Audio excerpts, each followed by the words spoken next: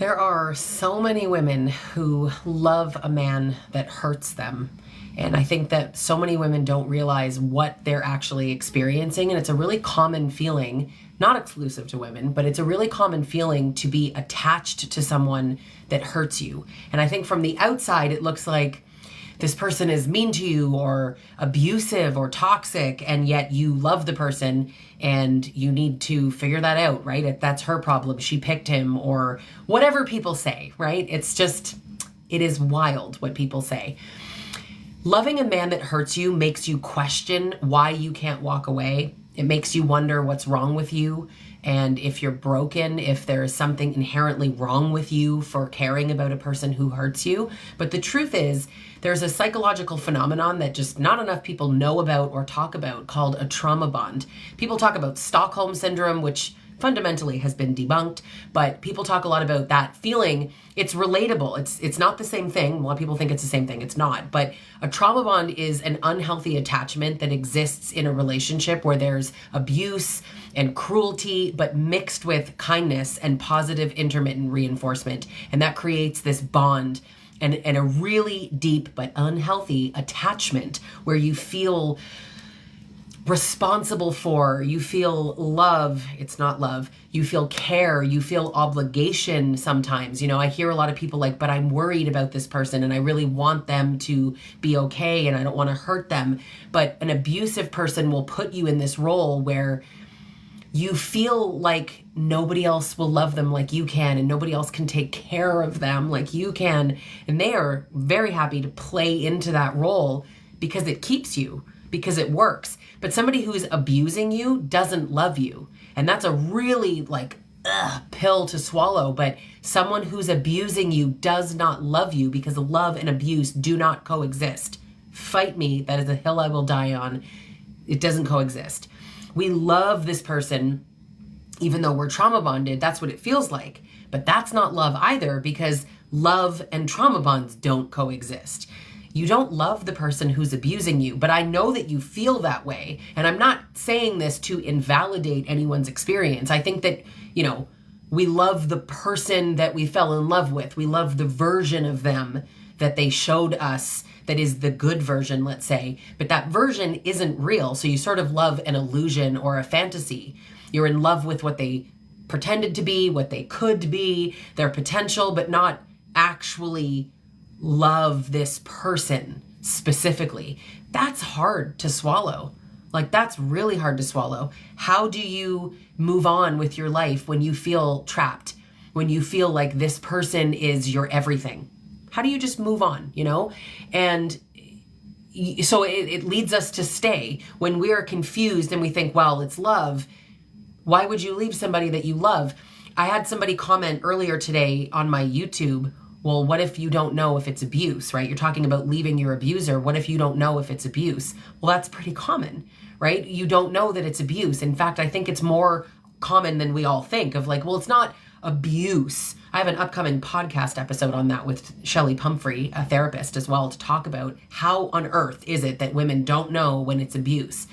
I think we all have this picture of, the black eye and the bad guy that is doing it to you, and we don't talk enough. The world doesn't talk enough about the nice man that hurts you, the husband who just says, but I'm angry, and has all these reasons, or the man that has trauma that tells you, I just don't know how to love, I didn't learn how to communicate, and you are falling down the rabbit hole of maybe he's just an avoidant, maybe it's not, everybody uses the word narcissist these days, maybe that's not what it is. I think that we are looking for any reason to not admit this is abuse. And I think that the best way to tell if this is a trauma bond or not, short of taking my free 2-minute quiz with instant results called Are You Trauma Bonded, that I'm going to link here. It's in my profile. But do you love them? And maybe hate isn't even the word you recognize. It might be, but are you sort of oh, you make me crazy. I can't be around you, but I love you. And this feeling of not being with them just feels like, oh, I can't do it. And you feel obligated, you feel responsible, you feel stuck and overwhelmed, you feel relief when they're kind to you, and this is the greatest love you've ever known sometimes, but sometimes it's just awful and you're confused and you can't figure it out. that's a trauma bond. That's, like you love them and you hate them. It's hot and cold. I say this often, when the person is the pain and the comfort, the knife and the Band-Aid, this is a really difficult cycle to get yourself out of, because it in and of itself is so addicting. Now, you're not actually addicted to the person, you are addicted to the cycle. And so this is why I find it so important. This is why this is my thing, my wheelhouse, my niche. I always talk about trauma bonds within abusive relationships, because it's not talked about enough. We constantly talk about, now you see online, so many people talking about domestic violence and narcissism and abuse, but how to break free of these relationships. Like, okay, it's a trauma bond. Cool. How do I leave? How do I break it? Someone in the comments is asking what makes the cycle so addictive. It's actually the chemicals. So you become addicted to the cycle of kindness and pain, reward and pain, and you start to associate, what is the word? You really start to associate, pain with love. So when they hurt you, it feels like love, not consciously, not like, ooh, that punch felt like love, or when you called me the B word, that felt like love. It's the whole cycle. It's sort of like what you expect from an abusive relationship. It just becomes, this is what relationships are. Everything becomes so normalized. But fundamentally, all the chemicals, dopamine, serotonin, oxytocin, they're all pumping through your body. You get hits of dopamine and things are like, oh, this feels amazing. And then they do something mean and whoosh, back down. You are addicted to the roller coaster. You're not addicted to the person. It's the cycle.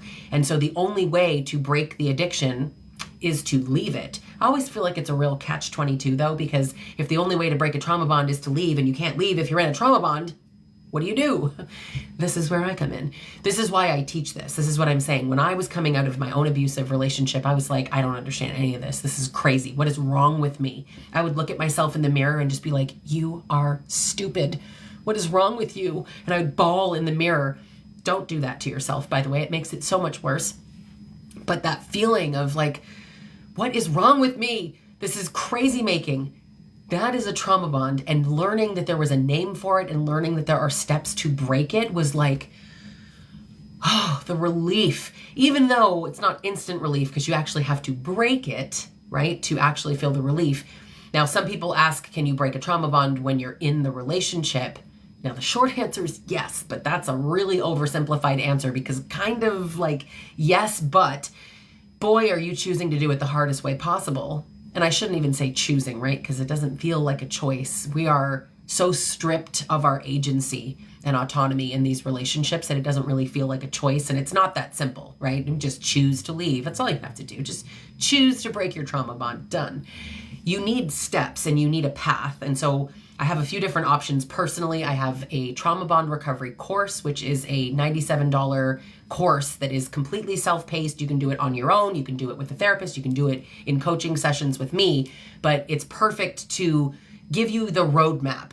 I also have a group coaching program, and this is a live in-person with 8 to 10 women. The next cohort starts on September 17th, and I co-host it with Dr. Peter Salerno. So in that case, you get the benefit of having 2 experts, a certified coach, and a licensed retired therapist walking you through the exact 12 steps that you need to break a trauma bond.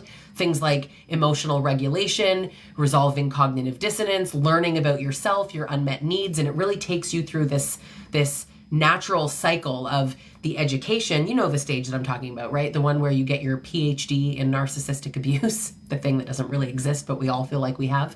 You really learn, and through this, it's not like, what is a trauma bond? We're past that stage, but how do you resolve cognitive dissonance? What is actually creating this for you? What is making this so hard? So you're learning things, and then you switch into the next important stage, which is all about you. What got you here from a place of curiosity, not judgment? What are your unmet needs? What are your values? What has led you here? What is your childhood trauma?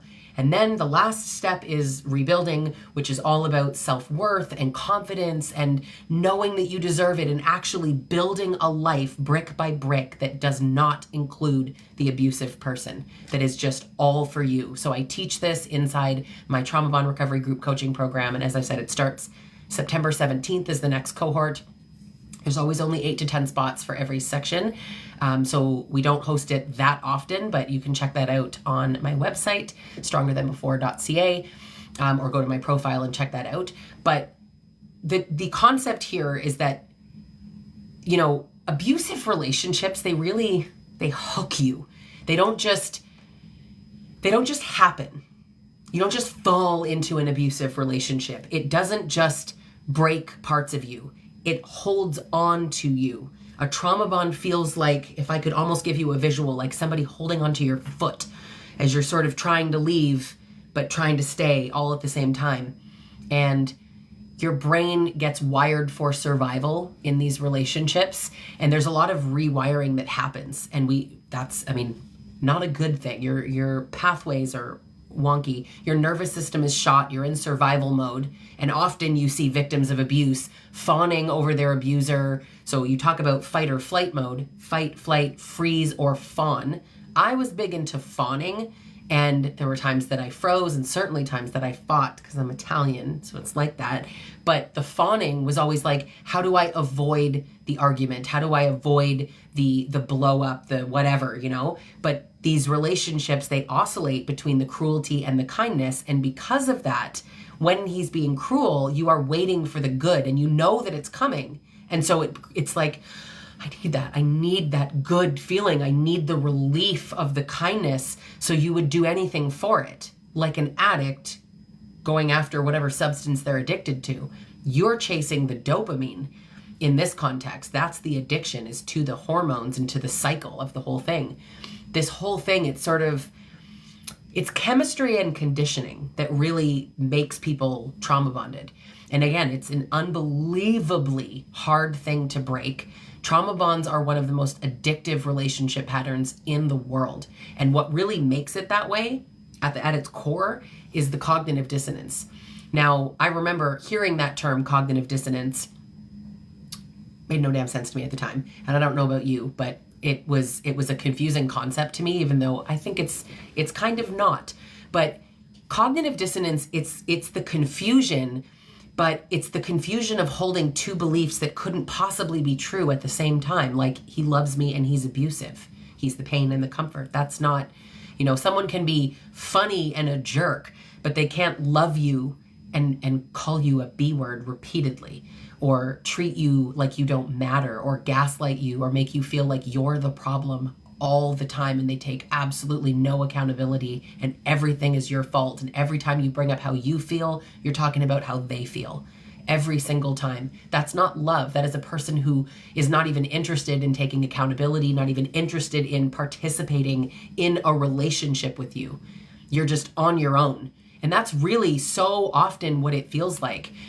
It really is the most isolating, confusing, also just irritating, so many things, but we crave the good. Because of that cognitive dissonance, we stay, because cognitive dissonance makes us go like, maybe he's just angry. Maybe it's trauma.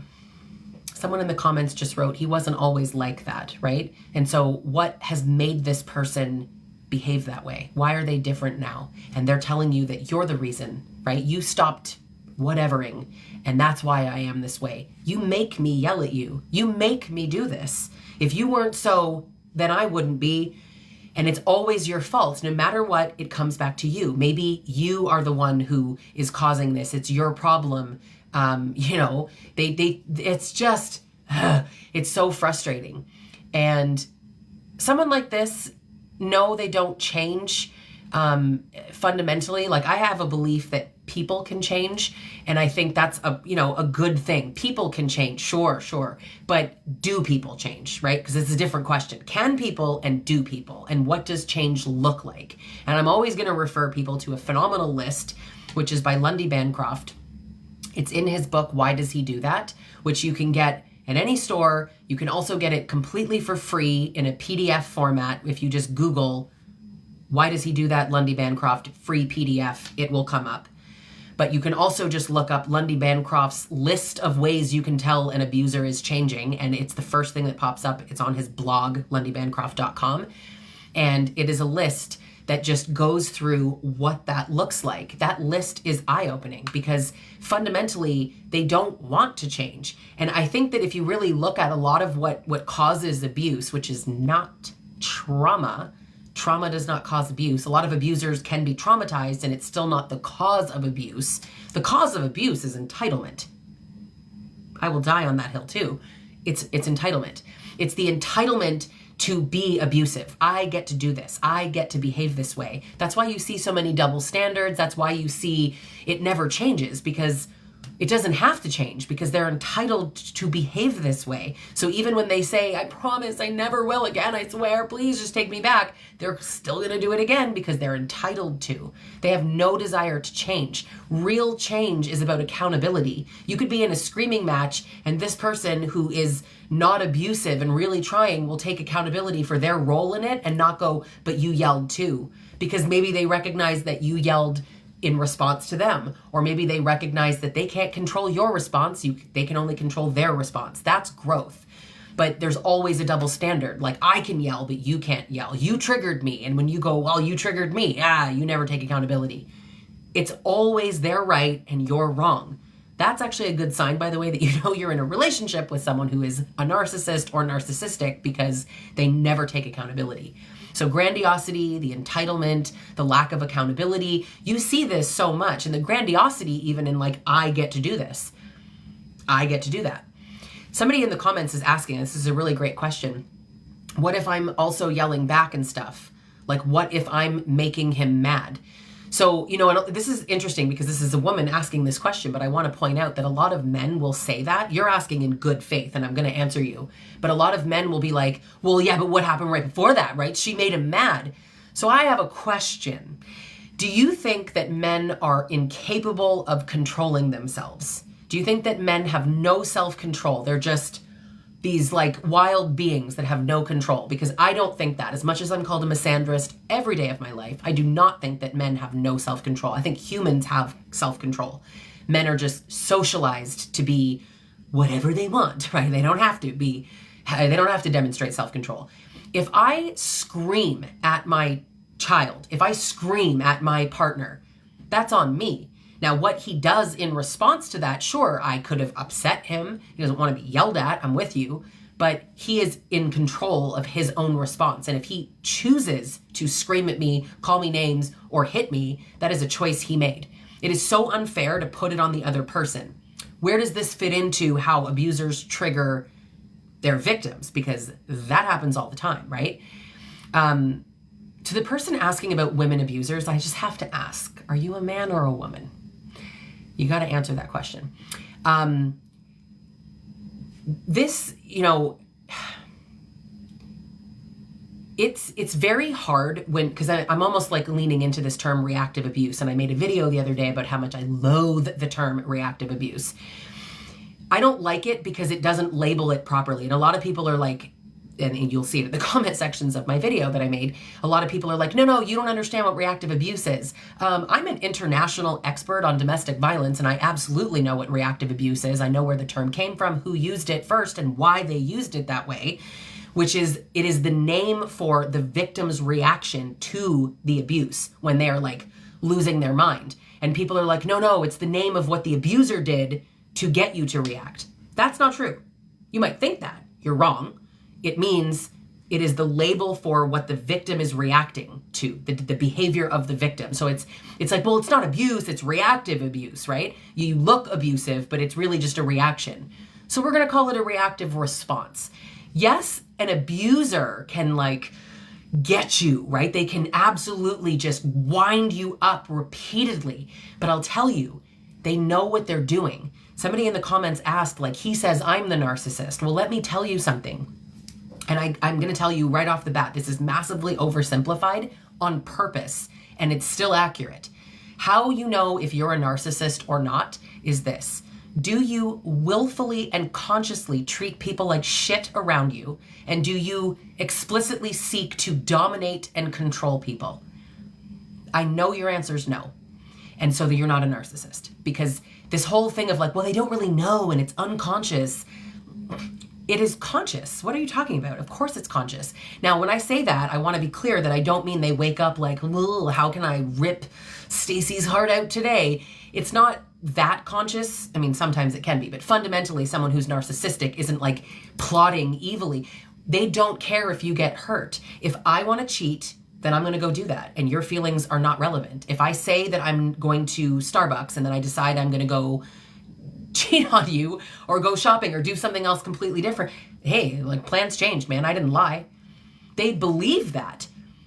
So if you get hurt, lied to, if you're betrayed, like that's your problem. They don't, so it's not that it's conscious in the sense that they're doing it on purpose to hurt you. It's that they don't give a crap that they're hurting you. And it is conscious. They are trying to control you, to dominate you. They want attention, adoration, all of those things. It's supply, right? They want that by any means necessary. It is conscious. So when somebody's like, I'm not the narcissist, you're the narcissist, you immediately know that you're not, because you're not running around calling any random person who doesn't comply with you a narcissist. You're calling someone who is demonstrating a pattern of entitlement, a lack of accountability, who's gaslighting you. And again, we can avoid the label altogether. You don't have to label somebody a narcissist.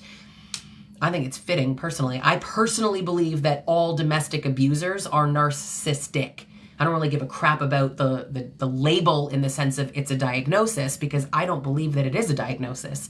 Narcissism is a personality trait, narcissistic personality disorder to the degree of it's pathological. Well, that's a personality disorder, obviously. And I don't diagnose anybody with that, but I do say narcissistic. And I think, again, it doesn't matter, because abuse is abuse is abuse. And it doesn't need to be a narcissist to be in a trauma bond. It's when you are in any unhealthy attachment, when you feel attached to someone who's hurting you, and there's this pattern and it feels so relentless, you probably are stuck in a trauma bond. I teach women to exit and heal from these relationships. I'm a certified relationship coach. I have 7 certifications. I've been doing this for years. I've been coaching people for 20 years, but I've been coaching people in this specific area in the last 5 years. And I specifically help women break trauma bonds and rebuild after trauma bonds. So my upcoming group coaching program on September 17th is with Dr. Peter Salerno, called Trauma Bond Recovery Group Coaching Program. And it's just 8 to 10 women in a really intimate group. We sell out every time we host this and get rave reviews every single time. We offer a payment plan as well as, a one-time fee, and it's in the link in my profile. So please check that out. You can also look at one-on-one coaching options with me, or I have I have a course, the Trauma Bond Recovery course, that's a self-paced, self-guided option as well. Someone wrote in the comments, right? This is really hard because he's very understanding. He typically doesn't yell and hears me out. And I think like that's hard, right? It's like sometimes they hear me out and sometimes they don't. And sometimes he's not angry, but sometimes he is. That oscillation of behavior is problematic, if nothing else, right? And so it's part of what creates the addiction, is that it's like, I'm almost hearing you say, like, it's not all bad. Sometimes he's really nice, right? I felt the same way. But the pattern of like, I'm not doing anything about it, or talking about doing something about it, but not actually doing something, or going to therapy, but nothing's changing and you're still not seeing accountability. And then you get things like, man, you just expect perfection. What do you want? You just want like perfection overnight? I could write a book on the things that these guys all say. I swear they sound exactly the same.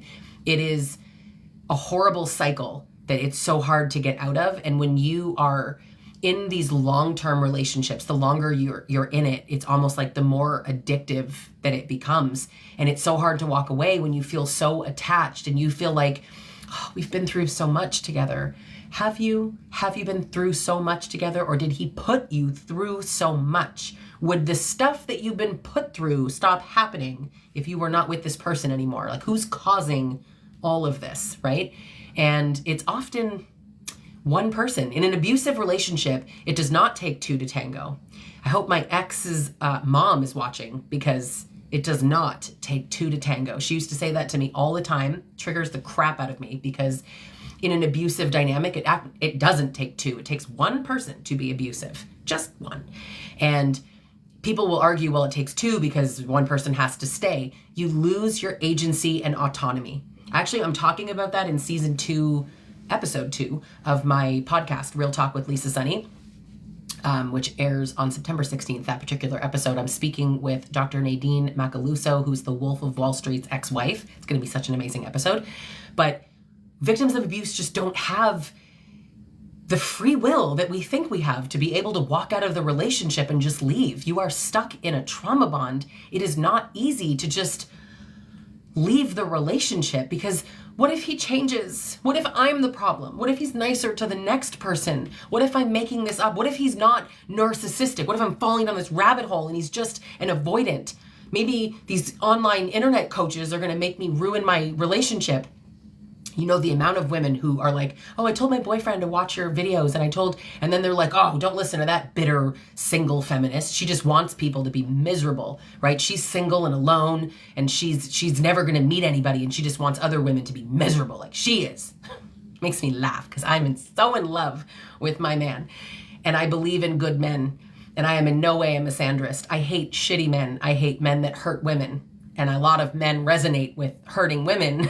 And then they think that I hate them, which I do, but only the bad ones.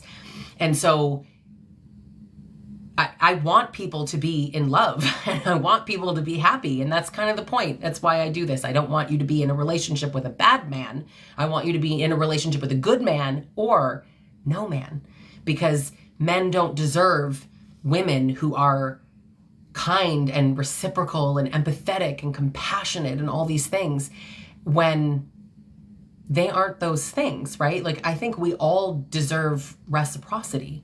Like, we all deserve that. Someone's asking, or sort of commenting rather, on the it takes two to tango, and having been told that before. And I hear it all the time, right? Like, and it honestly, you hear it in a million different ways, because it takes two to tango. What did she do right before that? How maybe she triggered him, or, an argument takes two people. None of these things. An argument, it takes two people in the framework that one person's arguing, you could just walk away. But you ever tried to walk away from a narcissist who wants to argue? I mean, they'll block the door. They'll say the most vile, hurtful things. I realize not all. The thing that people forget sometimes is that narcissists are human beings, and they do all behave differently. I think their fundamental motivation is control, but they're still human beings, right? And I think narcissism even is a spectrum to a degree. So, I mean, how narcissistic and whatever, but we need to focus on the behavior and how it affects us. And that if you're trying to change and trying to grow and trying to take responsibility and accountability for ourselves, a lot of women in the comments are even like, but I did yell and I did do something that upset the person. But if you do something to upset someone and they scream at you and they treat you like the worst human being that ever lived, that is very black and white, which speaks to narcissism or other disorders. But it speaks to like a very distorted view of the world, right? Like, you're either with me or against me. And they oscillate between love and hate. And we talk about love bombing and all the things, but fundamentally what I'm hearing is idealization and devaluation, right? You're the greatest woman in the world, you piece of shit, right? It's like, you're so amazing and supportive. You never support me. You never do anything around here. That oscillation, like, it makes your head spin. It builds the cognitive dissonance, but it also makes you start going like, well, I did yell and I did, maybe it's me. And that's how they get you every time, because they want you to think that it's you. And you are kind and compassionate and self-aware, and you try to be reflective, and you think, well, I did upset him, right? I did yell, I did do something, and I feel like I'm reacting to him, but he feels like he's reacting to me. So I guess we're both abusive, which is not a thing. I could talk all day on, there's no such thing as mutual abuse, but two people are not trauma bonded together. In an abusive relationship, one person has the power and one person does not have the power. And so it's easy to say, oh, how do I have the power? And you hear this, right? How do I have the power? You could have power by money, you could have power by status, you can have power by being physically larger than someone, by being more like emotionally withdrawn by not loving the person. If he doesn't love you and you love him, who has the power, right? You're trauma bonded to him. You're attached. He's attached to the power. Oh my God, I don't want to lose you. Yeah, because you love controlling me, right? You make a great victim. They don't want to let you go. So that can look like love, but it's not. And I mean, they're good liars. Trust me, you see them begging on the floor sometimes. I realize they don't all do that. Some will invite you to like therapy or like beg to change and I promise and make all these big sweeping loving statements. Mine didn't do that. Lots don't do that. Lots are like, come on, you're ridiculous. My God, abusive. You're crazy. You women calling everything abuse now. They're all different. And I will caution anybody when you're watching videos online, mine or anybody else's, anybody speaking in these big sweeping statements like narcissists never apologize. That's trash. They absolutely apologize. They don't mean it. But some apologize and some don't. It depends. It depends on who they are. It depends on what they have experienced works. It depends on you. Do apologies work with you? Well, then they're going to do that. And if they don't work, or like you don't need them, I would have said that I needed them, but the truth is when I reflect, I wasn't getting them and I stayed. So, you know, I didn't need them, obviously. So trauma bonds, the goal is to break it, right? The goal is to get yourself the hell out of this trauma bond, to stop loving a person that hurts you, because that's the real pain of it all, is that you love a man who hurts you. You love a person who hurts you.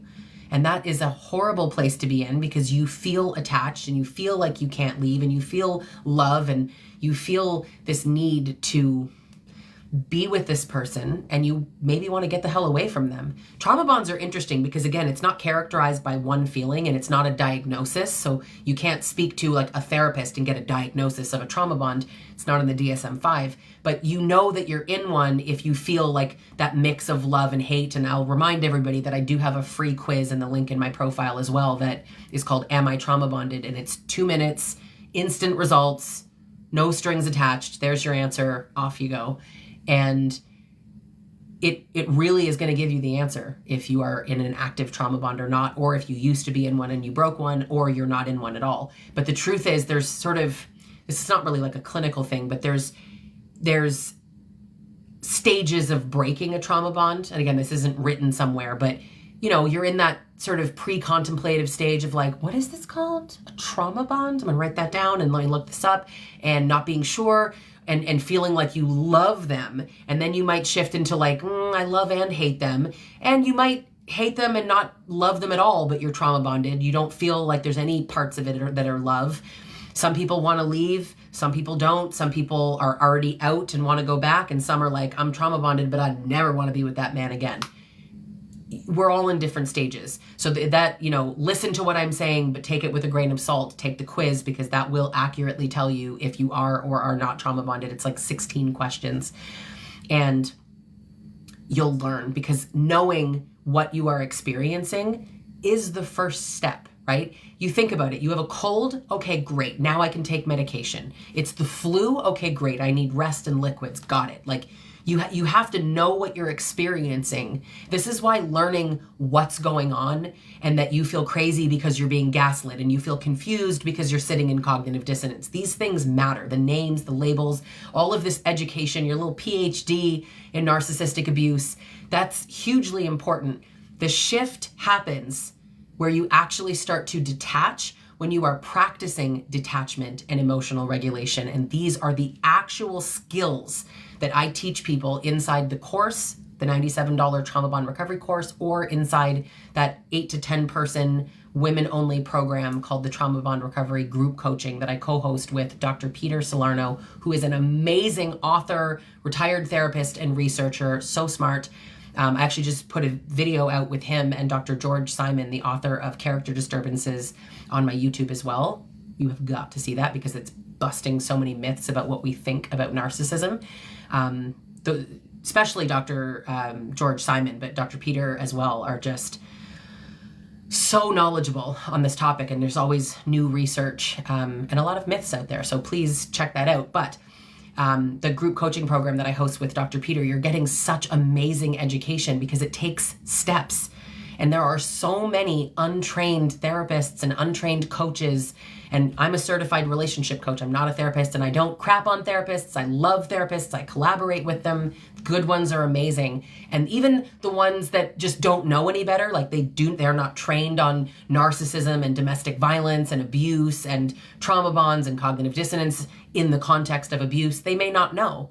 And so you need to hire someone who gets it, whether that's me or somebody else, but hire someone that you resonate with that really gets it. But we teach people in this group coaching program how to really feel the difference. Like by the end of the program, there's a shift. And we always do a survey at the end, and people talk to us about what they've learned and experienced. And it is the most incredible feeling in the world for me, even, to watch so many women be like, this was it, man. I am done with this guy. I'm not going back. This has changed. You go from crying every day to indifference, right? I don't think we want to hit the hate. You might need to go through hate to get to indifference, but you want to get to a place where he doesn't matter anymore and you just feel like yourself again. That actually shifts people into our next program called Rise and Rebuild, which is at the end of September, which is for people who are usually out of the relationship, not always, but out of the relationship and just ready to like rebuild who you are. That program is called Rise and Rebuild. But the Trauma Bond Recovery Group Coaching Program is on September 17th, and it's only 8 spots. So please check that out and learn, if this is for you, if you are resonating with this, if this feels like, yeah, I feel like I'm stuck in a trauma bond, this is where you need to be. It starts to really take hold when you break the illusion.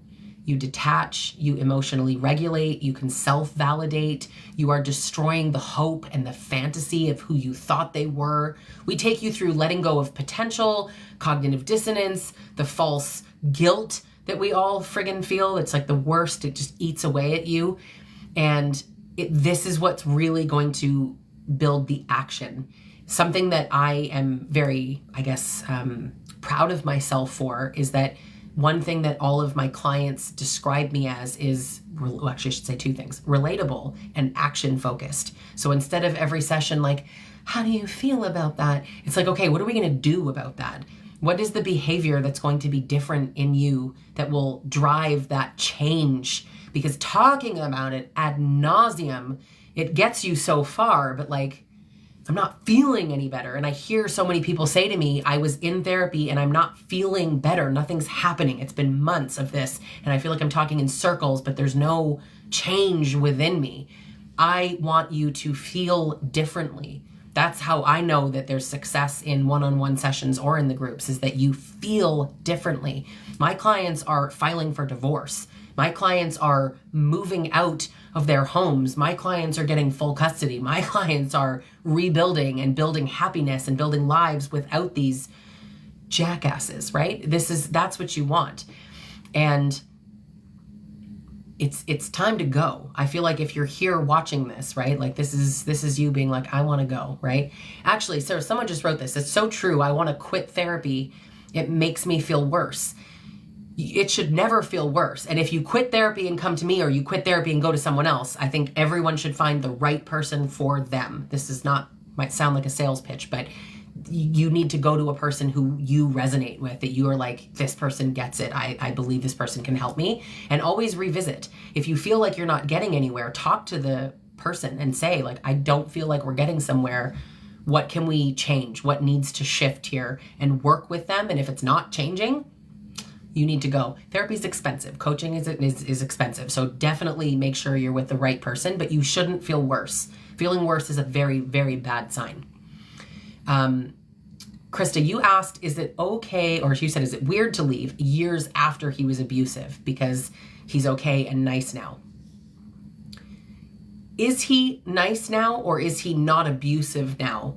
I want you to really consider that, because sometimes the absence of abuse feels like things are great now. He used to scream at me and now he doesn't. But is he attentive? Are you safe? Do you feel loved? Is it consistent? Because abusive men don't change. So I don't buy it. I am wildly skeptical of anyone who tells me that he changed. Did he change, or is he less abusive, or not directly abusive, or has it changed? But like, do you feel loved and safe and secure and happy? But I will answer your question. So she's answering, right? He's safe and consistent. That's what's scary. But he will randomly. Well, I mean, then that doesn't... Once a year is too much. Like, he only screams at me once a year. Okay, well, that's once a year too many. And does he take accountability in those moments? Does he actually say, like, you're right, that was abusive and I shouldn't have done that. I shouldn't have yelled. They don't change. So I think that they are very good at holding up what looks like change for long periods of time. It could be months or years sometimes, but I don't fundamentally think that they actually do, because change takes, for any person, I'm not even talking about abusive men, change takes so much work. So if he's done like the decade of therapy that it takes, if he's changed over a 10-year span, he's in therapy, he takes full accountability, he understands it, he is totally consistent, takes full responsibility, and that changed behavior has been going on, and he refers to himself as abusive, like I was abusive, not I was mean. Full and complete accountability. I would say if you can see that behavior for like 12 to 18 months completely consistently, perhaps there's change happening. But I hesitate to say that over like a live, right? Because there's probably more context, but it does take a lot of time. It just doesn't happen because you said he was abusive and then he decided to stop being abusive. And I think that if that were possible, which it isn't, if it was possible for someone to just go, oh, okay, I'm going to stop being abusive. Okay. Why didn't they stop before? Why was it so hard? Why did they keep doing it? Right? It's very difficult. But I know how much we want to believe that they can change. And I know how much we want to believe that it's not abuse or it's not that bad. It's really hard. Trauma bonds have such a grip. As I said, they are so resistant to change. So if you aren't sure if you're stuck in a trauma bond, do take that free quiz. Am I trauma bonded? 2 minutes, instant results, no strings attached. Consider signing up for the Trauma Bond Recovery Group Coaching Program that starts on September 17th with myself and Dr. Peter Salerno. You can learn more in the link in my profile as well. But thank you so much to everybody for being here today. And make sure you subscribe to my YouTube and follow me here and on Instagram and whatnot and catch all the videos, because I do put out different content on all the platforms. So thank you so much to everyone for being here, and I will see you at my next one.